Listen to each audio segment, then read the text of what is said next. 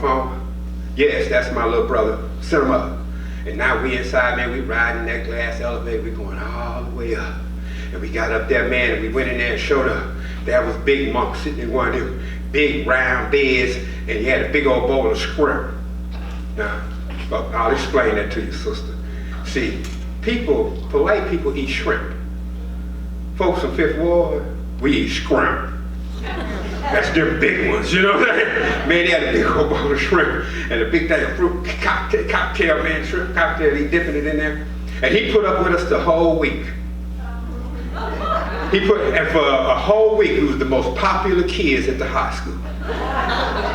Because you know what, the girls that had never wanted to talk to us was talking to us. And you couldn't tell. Now, at the time, I was every bit of 6 foot tall, but I wasn't but about 140 pounds.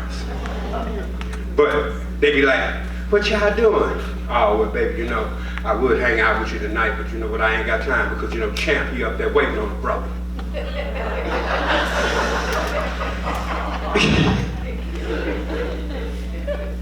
And man, he put up with us for a whole week. And right now to this day, if I get a chance to go to visit my mama, she's got a picture of him with his arm around all of us and at graduation, because he came to our graduation.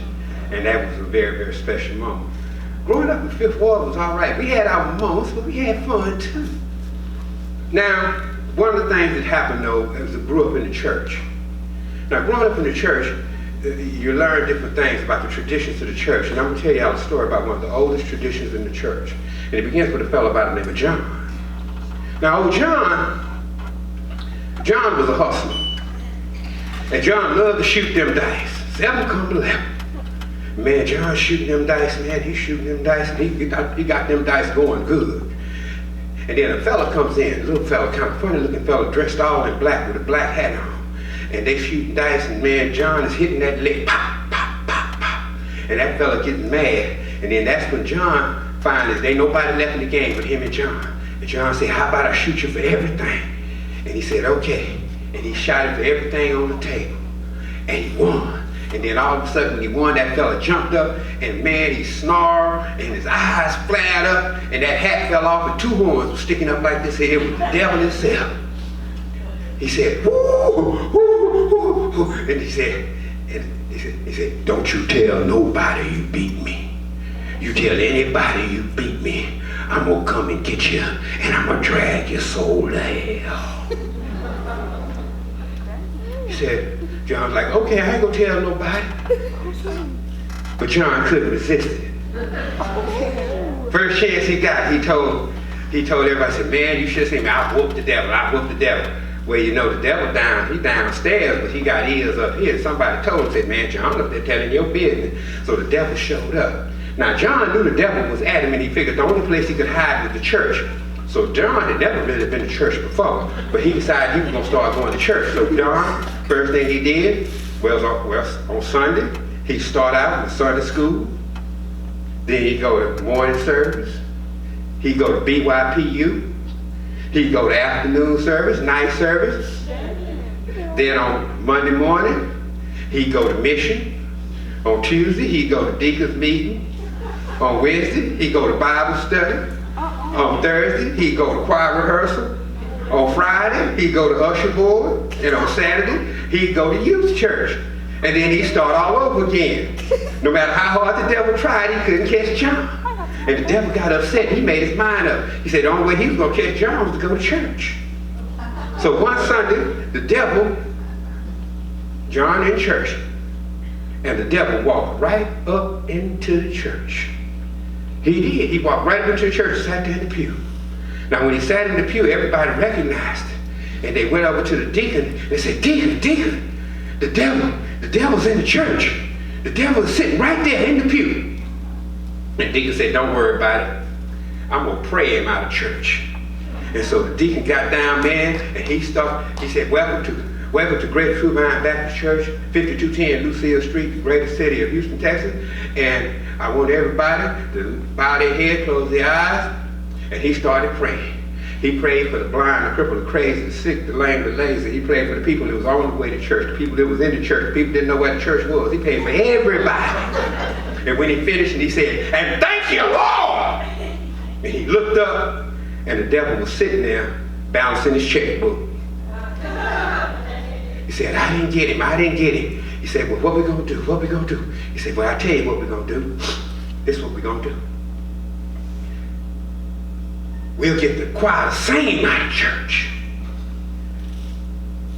Well, no, they said, "That's a good idea." And see, the way they did it back then, I don't know how they do it up here, but at Greater True Baptist Church, 5210 Lucille Street, Houston, Texas, all of a sudden you heard the organist hit that note. And the back door of the church opened, and here come the choir. You should have seen it.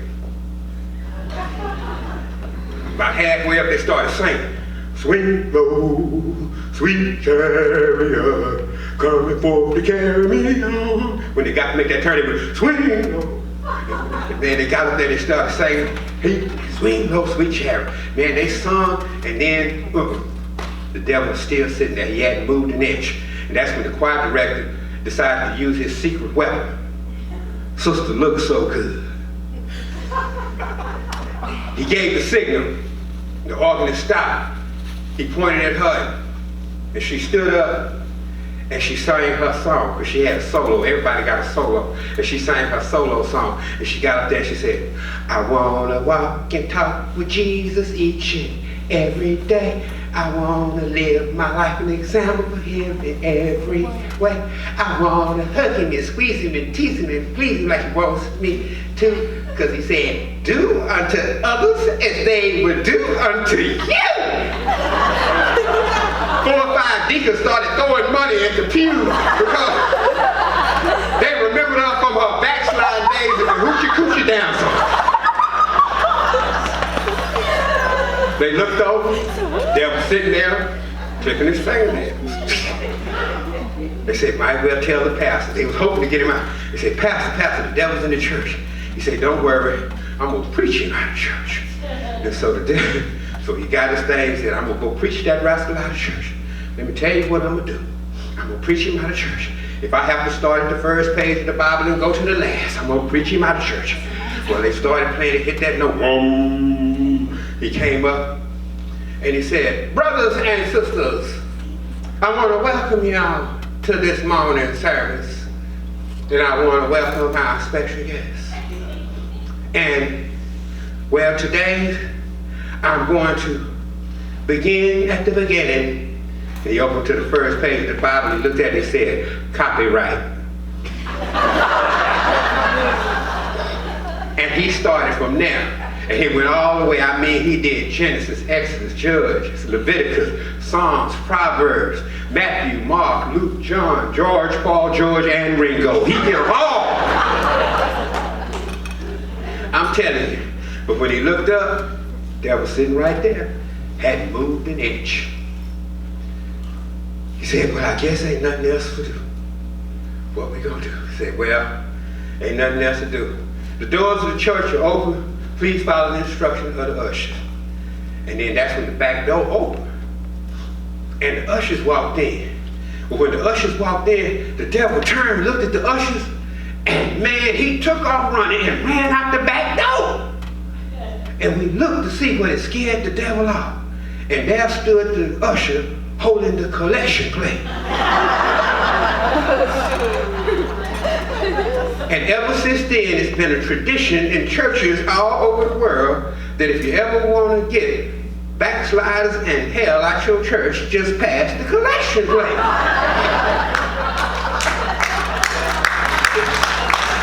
Well, that was what it was.